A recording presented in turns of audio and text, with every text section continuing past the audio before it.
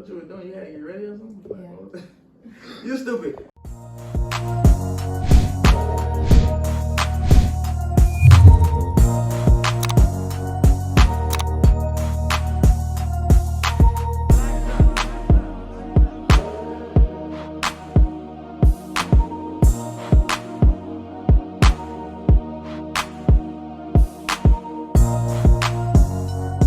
What's up, guys? We're back with first episode of Different Hustles, Same Mindset, and we're here with my next guest, my good sis, my best sis, no Kizzy, Nathandria.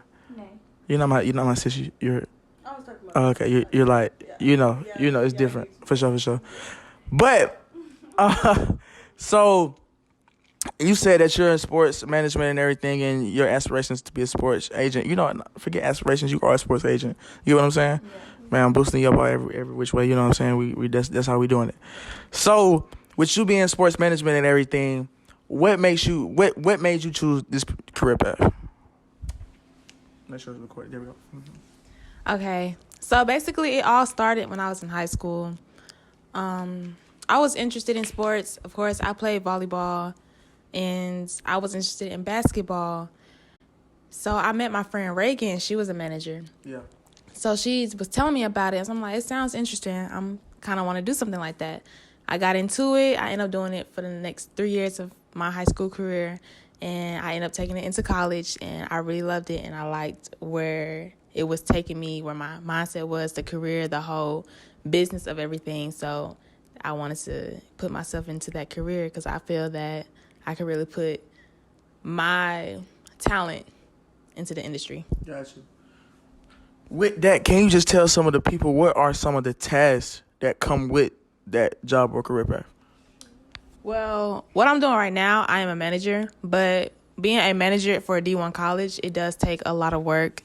You're spending like almost 18 hours at the gym doing certain things, but it's also benefits from working so much. You're making connections with other managers, coaches, agents who are scouting some college players. So it's like opportunities weighing more than a lot of the negatives. But I mainly just, I travel with the team. I don't want to say, how a manager is, they watch out for the players, but it's kind of what I do. But since I'm like one out of three females who are managers, and I was like the one who been there the longest, they expect more out of me. So I do more, I work more, and I be there more. So it's like I do a lot of work. You heard it. Top dog status. You know how we coming. Yeah. The next question is, if you could work with any NBA player right now, who would it be and why? Good question. That is a good question. Personally, I want to say, for one, I want to say Kobe. But I wish I could. Yeah, for sure. I really do wish I could. No cap. But right now, I want to say LeBron James, just because how his whole career has been. Yes. Yeah. Because how his whole career has been, and just basically playing with a lot of the people like Michael Jordan, Kobe. You good? No, it's good. We good. Keep going. Oh, I'm talking about Kobe. It's cool. Oh, okay. Oh, yeah. You talking about LeBron James? Oh, no. Okay. Oh, we good. Hey. Okay, we good. Go ahead, keep going. Ouch. Oh, okay. So should I talk about Kobe or should I talk about LeBron? Which one would you? Yeah, whoever. I said Kobe, but okay, I'll keep Kobe. Yeah. Okay. But yeah, basically his whole career, how everything went. And I just want it's so many questions I want to ask him, just career wise, getting to the whole NBA young and starting and just retiring. And I don't know, I feel like so far in his career that he had, rest in peace, I feel that he accomplished a lot in the past, over 20 years. So that's dope, man. Yeah. That's real stuff right there. No count. So with all that being said, for anybody who's aspiring to go in the career path of sports management and everything, what advice would you give them? My advice to anyone who wants to be in the sports industry or management or become an agent, I say prepare yourself for a lot of negotiating. The business is not easy, especially being a woman going to the man industry. It's a male dominant industry. It's gonna be hard. It's harder for women to get a lot of clients, but now in today's day and age, women are coming up on the bar. So it's like you have to really, really pay attention to what you're doing. You have to stay focused. You have to really know what you're talking about. Because I learned so much in 1 year by just working with the college basketball team and networking and meeting new people and talking to people who actually work in the industry and showing me and telling me like how everything is. I didn't even know I had to have a law degree to become an agent. Oh, wow. But yeah, you either have to have your law degree or your master's, which I would have to get. Wow. But yeah, so it's like you really have to know like, and you have to take an agency test. It's so much that you have to do before you can do anything in this industry. So it's not easy at all. That's what I want to say. So that makes sense. Like prepare yourself. It's kind of like somewhat like a sports lawyer, isn't it? A little bit. Yeah. You're representing everything. You're handling a lot of their money. You're handling like their sponsorships. It's just so much. You're handling somebody's whole life. Yeah. You're like their parent, but not their parent. So it's like it takes a lot of time. So you got to be prepared. I feel I'm prepared though. Oh, okay. Most definitely. I just want to say, bro, like, not to get all sentimental and everything, but like, I'm like so proud of you, and because I really like, I love when girls when girls do achieve to take over male dominant industries, and also it's just everything, because it's like y'all have to work 10 times harder to even prove yourselves, and it takes balls.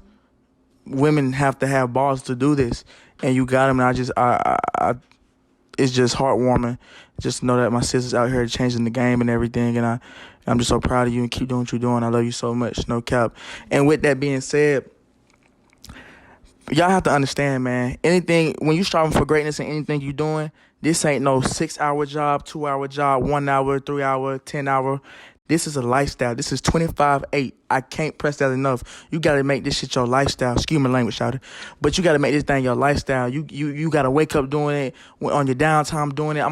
We on vacation right now for her birthday. I'm doing what I got to do. You get what I'm saying? Like, it don't stop, man. And I just want y'all to understand that anything you trying to do and achieve it, you got to put that 25/8 into it, or it's not going to be successful. And that's just period, point blank. But, motherfucker, you get what I'm saying? All right, man. But I appreciate you, Nae. I got so much love for you, man. My best sis, man. Always keep doing what you're doing. Okay. But I love you, man. But we out. Yes, sir. Yes, sir. Yes, sir. We back with my next guest. It's my boy Caleb, man, the photographer. No, let me stop. Take that back, because he does way more than photography that y'all just don't know about. But I just want to say, bro, I am very proud of you and what you're doing, man. Your pictures go stupid. You just a jack of all trades. You're the Caleb of our generation. I was gonna say Kanye of our generation, but you're your own self. You're Caleb, bro. And I just you fire, bro. You really remind me of myself, bro. And you keep me on my toes as well, bro. It's like friendly competition, but it's not competition, bro. It's just all it is inspiring each other, bro. You get what I'm saying, bro? But we're going to get into the questions, man. And with everything, all the stuff you be doing and everything, I just want to know and let the people know out there what kind of sparked your interest in photography, my fault. So, like, since I've been young, I've always been interested in film. Gotcha. So I wanted to be a film director. Like, I made that decision when I was 11 years old. So I bought a camera when I was 13, 14, and the camera could take pictures. Yeah. And I feel like when you have an opportunity to develop a skill in anything, at the time, take advantage of it. That's $1. Yeah. So I started shooting. And then, so I love photography, but I want to do photography. It was more of a film thing. Got you. Hey man, y'all really do gotta check out his pics. His pics is fire. He done stuff for a lot of people that y'all may know. I'm gonna let him talk about that. But with all that, man, what with everything you have done with all your shoots, what has been your favorite shoot yet and why?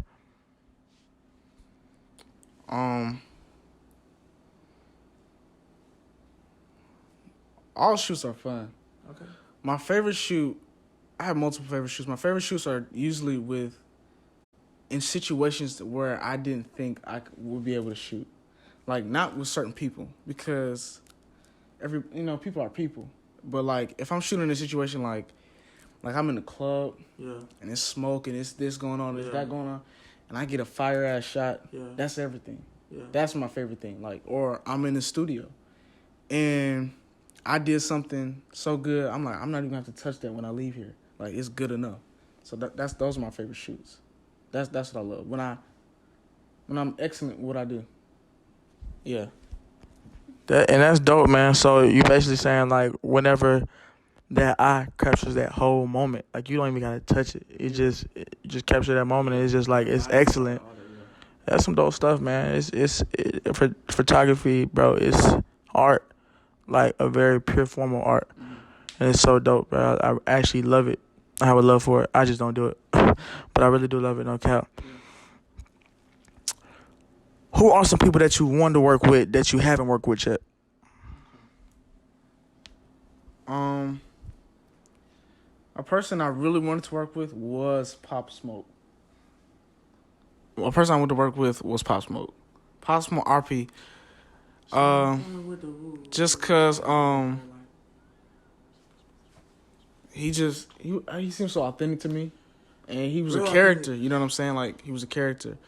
But currently alive, a person I want to work with is Pharrell. Pharrell? I would like to do a visual project with Pharrell. That's dope. That would be dope. He has such an eye for movements. You understand what I'm saying? Like, if you look at his clothes, right? Look at the colors he's choosing. Mm-hmm. He knows exactly how to capture. What did he team up with? He's with Adidas right now. Adidas right now? Yeah. Okay. Didn't he do something with Louis or what was it? I'm not sure. Okay. But I know he's working with like he does. He has Billionaire Boys Club, Human Made, and he's doing like. He has Billionaire Boys Club. Yeah. I didn't know that. Yeah. You knew that? Billionaire Boys Club. You knew that? That's Pharrell. I didn't know that. Yeah. I didn't know that. Wow, that's dope. Well, the thing about Pharrell, he has such an eye for. He can capture attention. Pharrell's not a loud guy. Yeah. He's not even in the news a lot. Yeah. But everybody cares about him. Yeah. You know what I'm saying? It's something about him. He got that pure spirit. It's authentic. You see what I'm saying? Authentic. And so that's probably who I want to work with the most, Pharrell. Like, and that's different. I could learn so much just from watching him. You see what I'm saying? Just from watching him and capturing moments with him. Man, yeah. It's breathtaking. You can't even speak on it until like it happens like that. But that's dope though. And then what you just saying that you just did. Well, I'm using your advice, vice versa your advice, but you just put that energy out there, and it's gonna happen, bro. I really believe in my heart that it's gonna happen, bro, and I can't wait for it to happen for you, bro. That's some dope stuff, bro. Seriously. What is the advice that you give to any aspiring photographer? Photography is probably the easiest art form. Like, not saying art is easy. Yeah. But simply because, like, with today's cameras, it's so mechanical. Yeah. It's just about knowing how to work the machine. Gotcha. Sometimes you don't have to necessarily be artistic to be a successful photographer. Some people just like standard headshots. You know what I'm saying? If you know how to shoot, you can do it. Advice for aspiring photographers: the number one thing you need to learn is the camera. And you need to understand light. Light, the camera doesn't do it. It just manipulates the light around it. You see what I'm saying? So when you understand light and you understand the camera, limitless. But even though people know how to shoot, they don't always get opportunities. Yeah.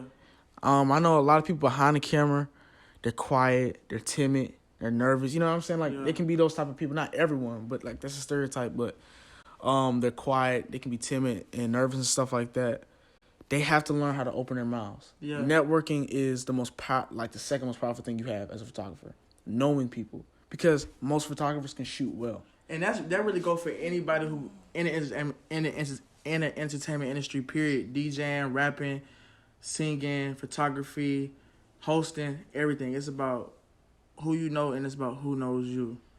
Real talk. Yeah, it's about who you know, man. It's like a lot of people can shoot, but who shows up? Yeah, like who shows up and who shows up on time. Yeah. And another thing I would say is, depending on the type of profile, like whether you're freelance or studio only or like, you know what I'm saying? It's also about your return, like your business, your customer service. You know, how soon you return photos, how well you communicate, update people with what's going on. And I'm a videographer also, so, yeah. And if you want to become a photographer, don't just become a photographer. That's limiting your visual opportunities. Anything with art. That's what anything. Yeah, but especially photographer, like every camera today can record a decent video. You know what I'm saying? So you have to invest in yourself. Invest in yourself with new skills and invest in your equipment. So and it's like I don't believe you're just born a jack of all trades. You even if you're not born like that or whatnot, you can learn different stuff. Like I said, just chase those curiosities and try them out and see how you mess with them and everything. Just like with me doing this podcast, I'm a DJ. My first love is DJing at this moment. You get what I'm saying? But I knew that I had an interest to want to inspire people with different advice on different hustles and occupations and everything, and just get a whole group of people that are close to me and everything, and they have good advice, and they do this. All these people around right now, they do this, like no cap. You can book them today. They do it. They got the profile to prove you. My boy making, I ain't telling you what he's making, but he's making a lot of money in no kizzy. My boy doing a lot of photos with amazing people, and he just dope himself. Like, it's just so crazy. Nae, she doing big stuff with she's running a whole HBCU team. What is it? D1? What is it? What is it? D2? Like, come on, shawty. Come on, you get what I'm saying? Like, I don't know why I try to downplay you, like, but you get what I'm saying? Nissy, she got that whole flashing line going. Oh, dang. But she got that whole, you know what I'm saying? Like, she finna drop a whole bunch of stuff. I didn't want to get into it or spill any beans or anything, but it's just a lot of stuff, bro. It's like, bro, we all doing something big, bro. And it's just like, I'm doing this, and I got more stuff going on and everything that you will eventually see that I'm not going to spill the beans on or whatnot. But, bro, don't have stuff to fall back on, but instead have stuff to fall forward on, man. You don't limit yourself, man. We not here to limit ourselves. We are. I'm not even about to get into all that, but we are extensions of higher beings, bro. And it's like, it's no limit to what you can do on this earth, bro. So don't limit yourself, and that's just all I'm gonna say. No limits, no kizzy, no limits. We out.